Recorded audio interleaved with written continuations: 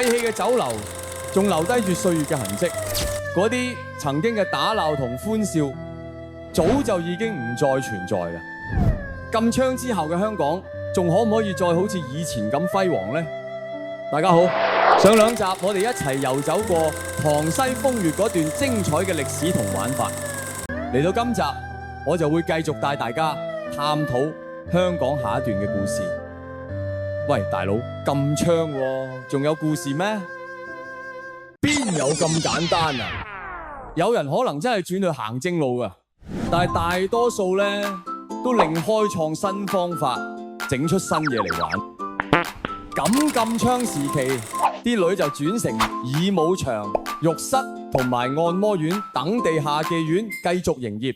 香港亦出現導遊社，係一個以揾姑娘出街導遊作包裝嘅娼妓業。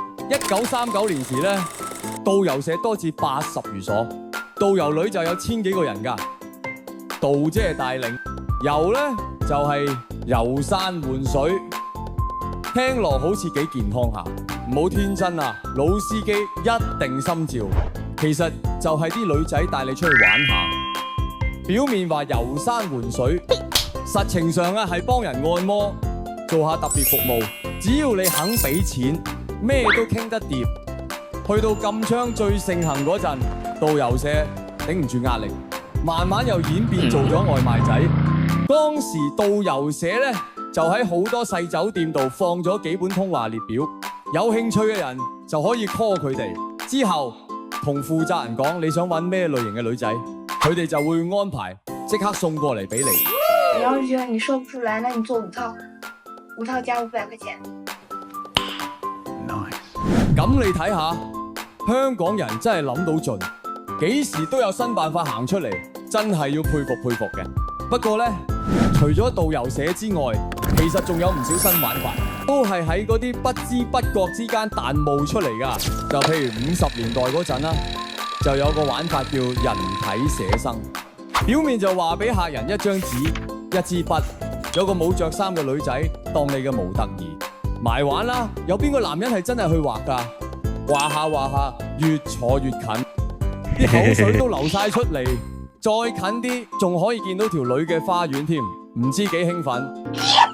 嚟到60年代，又有個方式叫做黑房沖曬，入到去房度，咁環境就肯定伸手唔見五指，淨係有啲淡淡嘅紅光，成個氣氛搞到幾鬼浪漫。不過重點係，啲客可以摸女仔，兩個人坐喺入邊面，談情說愛咁，好鬼死痴情啊！跟住70年代就流行色情片放映，主要都係 target 啲遊客嘅。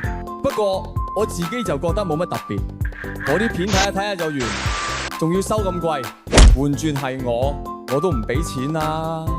但係冇辦法啦，嗰陣時冇依家啲互聯網咁方便，想睇片就即刻有，好多男人想睇，咪真係肯俾錢咯。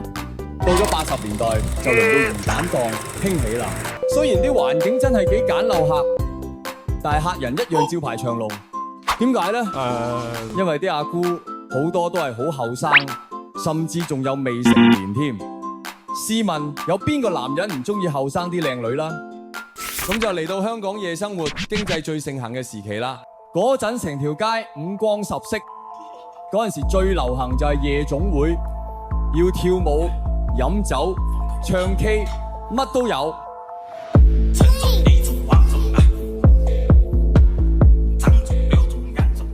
啲女直頭會坐喺你隔離陪你飲酒，或者拖你隻手，你仲可以約女仔出街㗎。所謂嘅出街，其實直頭就係同你返屋企啦。如果佢中意你，可能都唔收錢，直接送上門。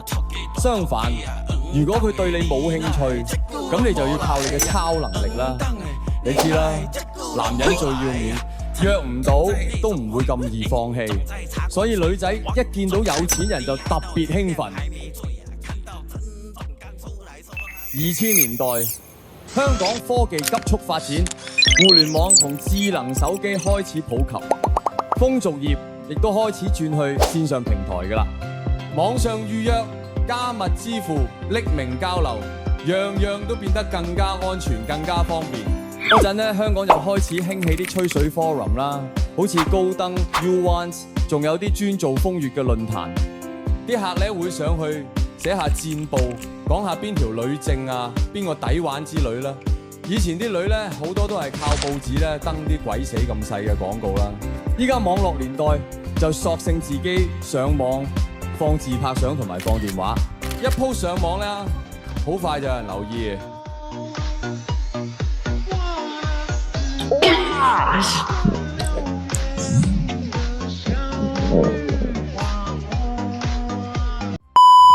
以前啲人可能仲用 ICQ 啊、MSN 傾啦，之後咧就轉咗 WhatsApp、Telegram 咁樣。